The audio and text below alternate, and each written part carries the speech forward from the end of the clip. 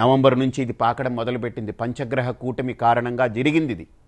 ఆ తరువాత ఇప్పుడు మన గ్రహమండలంలో గతులు చూస్తే మార్చి 22వ తేదీన అంటే రేపు మధ్యాహ్నం 2:20 కుజుడు ఉత్తరాషాఢ నక్షత్రం 2వ పాదంలో ప్రవేశిస్తాడు. అక్కడి నుంచి 40 రోజులు ఈ ప్రపంచ దేశాలకి హాహాకారాలు, ప్రాణాలు చేతుల్లో అరిచేతుల్లో పెట్టుకుని బయటికి రాలేని పరిస్థితి, బయటికి రావద్దంటున్నారు, ఇంట్లో ఉండలేని పరిస్థితి. అంటే మన సామెతలు ఉన్నాయి కదా, ముందుకెళ్తే నుయ్యి వెనక్కొస్తే గొయ్యి అని. ఇప్పుడు మనం ఎక్కడున్నామో అర్థం కాని పరిస్థితి.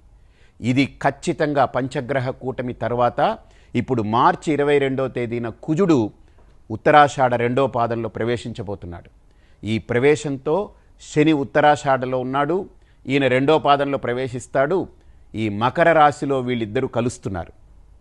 దానికంటే కూడా ఇంకా చాలా నేరోగా చూస్తే, ఇంకా దాని సమయాన్ని పరిశీలన చేస్తే మార్చి 27వ తేదీ ఉత్తరాషాఢ 3లో కుజుడు ప్రవేశిస్తున్నాడు. అక్కడ శని 3వ పాదంలో ఉన్నాడు కాబట్టి ఖచ్చితంగా వీళ్ళిద్దరూ ఒకటే డిగ్రీ దగ్గరికి వచ్చినప్పుడు, అంటే మార్చి 27 నుండి మార్చి 29, 30 వరకు మనకు ఒక భయంకరమైనటువంటి ప్రమాదం ఉంది. ఆ ప్రమాదంలో గురుడు కూడా మనకు ఉత్తరాషాఢ 2వ పాదంలో 29వ తేదీన గురుడు కూడా మకర రాశిలోకి వెళ్ళిపోతున్నాడు. అంటే గురుబలము తగ్గి గురువు నీచ రాశిలోకి ప్రవేశించి కుజశనులు ప్రబలి, కుజశనులనంటే శని పెట్రోల్ బంకు లాంటివాడు, కుజుడు అగ్గిపుల్ల లాంటివాడు. ఈ రెండు కలవకూడదు.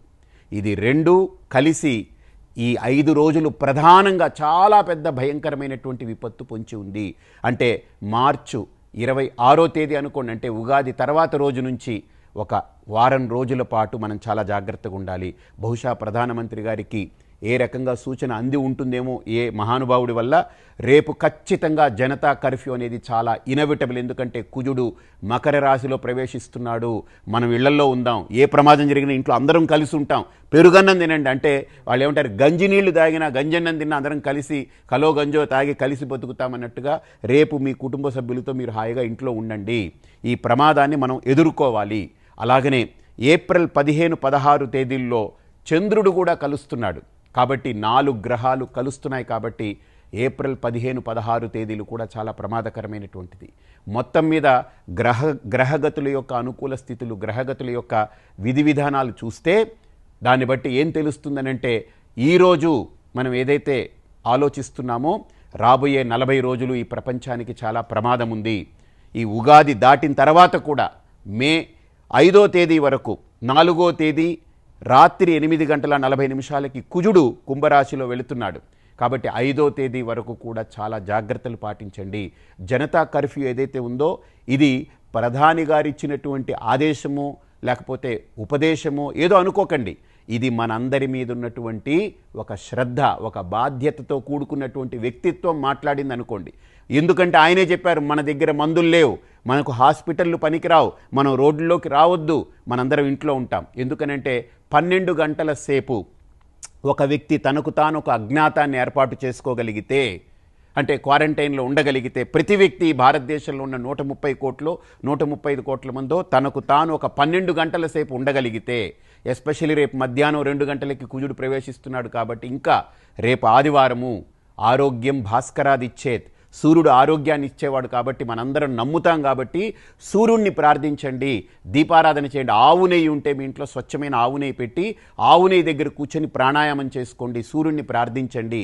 మీరందరూ దయచేసి ఇప్పుడు నేను ఇచ్చేటువంటి ఈ దీన్ని ప్రతి ఒక్కరికి చేరవేయండి. ఆదిత్య హృదయం తెలిస్తే ఆదిత్య హృదయం పారాయణం చేయండి. రేపు సూర్య నమస్కారాలు చేసుకోండి, ఇంట్లోనే కూర్చొని ప్రాణాయామం చేసుకోండి. భగవంతుడా ఈ విపత్తు నుంచి కాపాడు, సర్వే జనాహ సుఖినో భవంతు, లోకా సమస్త సుఖినో భవంతు. ఈ ప్రార్థన మన ఋషులు మనకిచ్చారు, అది ప్రార్థించండి. ఊరికినే కూర్చుని కర్ఫ్యూ అన్నారు కదా అని ఇంట్లో నుంచి రాకుండా గోళ్ళు గిల్లుకుంటూ టీవీలు చూసి కాలక్షేపం కాకుండా మనం రేపు ఒక్కరోజు కనీసం భగవంతుణ్ణి యావత్ భూమండలం ప్రార్థిస్తే కానీ కాస్త కూస్త దీనికి ఉపశమనం దొరకనిది. కాబట్టి దయచేసి మనందరం ప్రధాని ఇచ్చినటువంటి సలహాని పాటిస్తాము. If you don't go out, go within. మన లోపలికి మనం ప్రయాణం చేద్దాం. ఆధ్యాత్మిక భావ సంస్కారంతో ఆధ్యాత్మిక బీజాలు నాటుకుందాం. మనం ఎదిగే ప్రయత్నం చేస్తాం. స్వార్థము, కుట్రలు, కుళ్ళు, కుతంత్రాలు ఒక్క కరోనా వస్తే అది ముఖ్యమంత్రి, ప్రధానమంత్రి, సామాన్యుడిని చూస్తుందా, పేద ధనిక అని చూస్తుందా, హిందూ, ముస్లిం, క్రిస్టియన్ అని చూస్తుందా, ఇండియా, చైనా, రష్యా అని చూస్తుందా, లేకపోతే మనిషి, జంతువు, చెట్టు, పుట్ట అని భేదాలు చూస్తుందా? దానికి ఒక్కదానికి ఏవీ భేదాలు లేవు, మొత్తం అందరినీ లేపి అవతల పాడేస్తుంది. కాబట్టి మనము ఇవన్నీ పక్కకు పెట్టి అన్ని మనస్సులో ఉండే లోపాలు, కుళ్ళు, కుట్రలన్నీ పక్కకు పెట్టి భగవంతుడిని మనం ప్రార్థిద్దాం. ఖచ్చితంగా రేపు ఈ జనతా కర్ఫ్యూ ఏదైతే ఉందో ఇది ప్రధాని చెప్పిందని అనుకోకండి, ఇది మనం అందరం దీన్ని అంగీకరించాలి.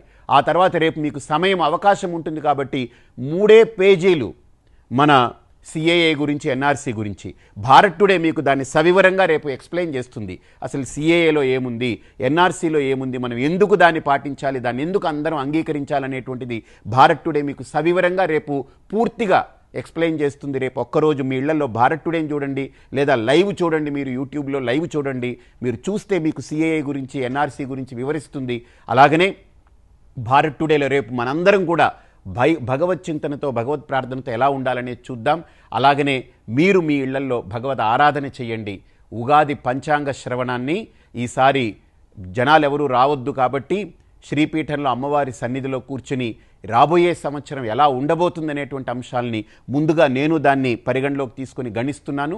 వాటన్నిటి అంశాలని ఉగాది నాడు, అంటే 25వ తేదీ బుధవారం ఉదయం 8 గంటలకు భారత్ టుడేలో మీరు లైవ్ చూస్తారు. ఉగాది నుంచి ఎలా ఉండబోతుంది, శ్రీ శార్వరి నామ సంవత్సరం ఎలా ఉండబోతుంది అనేటువంటిది మీరు దాన్ని గమనించవచ్చు. దాన్ని చూడండి, అందరూ దాన్ని పాటించండి. మనందరం మన పెద్దల యొక్క ఆహారపు అలవాట్లని పాటిస్తాం. పెద్దలు నేర్పినటువంటి విధి విధానాలని, పద్ధతుల్ని మనం పాటిద్దాం.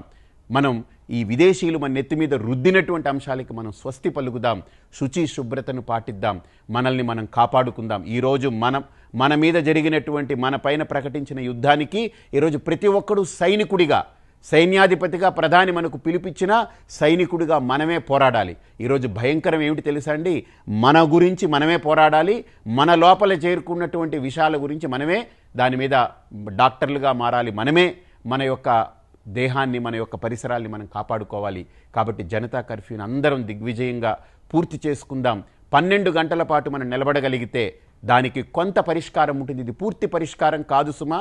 దీన్ని మనం పదే అలా చేసుకుంటూ పోవడం వల్ల ప్రతి వ్యక్తి ఇమ్యూనిటీ డెవలప్ చేసుకోండి. ఉసిరికాయలు తినండి, నిమ్మకాయ తినండి, కమలాలు తినండి. బయట తినుబండారాలు వద్దు, ఈ నూనెలు అవి ఇవి వేసినవి తినొద్దు. అనవసరంగా మీ బాడీలో ఉన్నటువంటి ఎదుర్పు శక్తిని, ఎదుర్కొనేటువంటి శక్తిని, ఇమ్యూనిటీని మీరు పాడు చేసుకోవద్దు. ఈరోజు మనకు దీనికి వన్ ఆఫ్ ది మెడిసిన్ ఇమ్యూనిటీతో ఉండడం. మనం ధైర్యంగా, బలంగా ఎదుర్కొనేదానికి మనలో శక్తిని పెంచుకోవాలి. కాబట్టి మంచి ఆహారాన్ని, శుభ్రమైన ఆహారాన్ని, అప్పుడప్పుడే వండుకున్న ఆహారాన్ని తినే ప్రయత్నాలు చేయండి. మీ అందరికీ భగవంతుడి యొక్క ఆయురారోగ్య ఐశ్వర్యాలు కలగాలని నేను ప్రార్థిస్తాను. నేను తప్పకుండా రేపటి నుంచి ఈ నవరాత్రులు, వసంత నవరాత్రులు ప్రత్యేక హోమం ద్వారా, ప్రత్యేక పూజల ద్వారా చేస్తాము. గుళ్ళల్లో జనాలు రానక్కర్లేదు, హోమాలు చేయండి. ఆ హోమ పొగలతోటి అట్లీస్ట్ భారతదేశం కొంత ఈ హోమ ధూమంతో మారుతుంది. ఆవు పిడకలు, స్వచ్ఛమైన ఆవు నెయ్యితో హోమాలు చేయడం మొదలు పెడితే దీనికి కాస్త ఉపశమనం కలిగే అవకాశాలు ఉంటాయి.